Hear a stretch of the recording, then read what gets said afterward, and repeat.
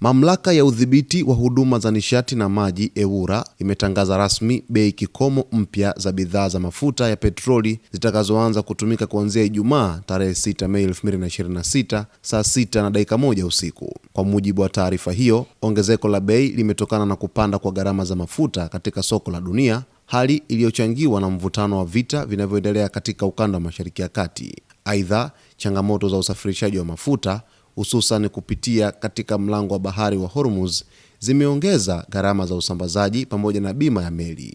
Taarifa hiyo imeeleza kuwa mashambulizi dhidi ya miundombinu ya mafuta pamoja na changamoto za usafirishaji zimesababisha kupungua kwa upatikanaji wa mafuta duniani, hali iliyosababisha bei kupanda kwa kiwango kikubwa. Kwa upande wa bei mpya za rejareja, jijini Dar es Salaam, petroli itauzwa kwa shilingi 4115 kwa lita, diesel shilingi 4248 na mafuta ya taa shilingi 4677. Katika mkoa wa Tanga, petroli itauzwa kwa shilingi 4176, dizeli shilingi 4309 na mafuta ya taa shilingi 4738.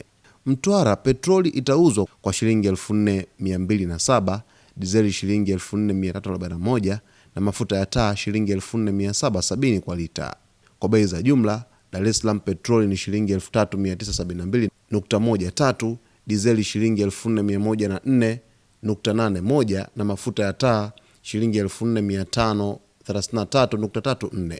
Tanga petroli ni shilingi 3966.69 na dizeli shilingi 4501.17, huku Mtwara petroli ikiwa shilingi 3954.66 na dizeli shilingi 4061.51 kwa lita. EWURA imefafanua kuwa Tanzania inaagiza mafuta kutoka nje ya nchi, hivyo mabadiliko katika soko la dunia huathiri moja kwa moja bei za ndani. Katika jitihada za kupunguza athari kwa wananchi, serikali imeendelea kutoa ruzuku ambapo kwa mwezi huu takriban shilingi 259 kwa kila lita ya dizeli imetolewa ili kupunguza gharama. Mamlaka hiyo imewakumbusha wauzaji wa mafuta kuzingatia bei elekezi zilizotolewa, huku ikiwasihi wananchi kutoa taarifa endapo watakutana na ukiukwaji wa bei hizo.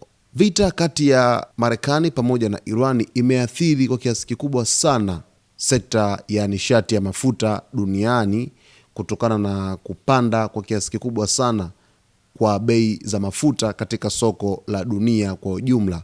Hivi sasa mvutano ambao upo katika mlango wa bahari wa Hormuz kati ya Irani pamoja na Marekani, mashambulizi ya meli za mafuta, lakini uzuiwaji wa upitishwaji wa meli za mafuta katika eneo hilo umeathiri kwa kiasi kikubwa sana karibu duniani kote hali ya upatikanaji wa mafuta, lakini pia hata hapa kwetu nchini Tanzania sisi ni waathirika mojawapo wa uzuiwaji wa mlango wa bahari wa Hormuz na pia vita kati ya Irani pamoja na Marekani. Sasa mtazamaji wetu, tutazidi kufuatilia kwa kina kuhusu yote yanayojiri katika anga za kimataifa, hususan yale ambayo yanahusu Mashariki ya Kati kwa ujumla na maeneo mengine duniani. Usiache kusubscribe channel yetu, kulike, kucomment pamoja na kushare.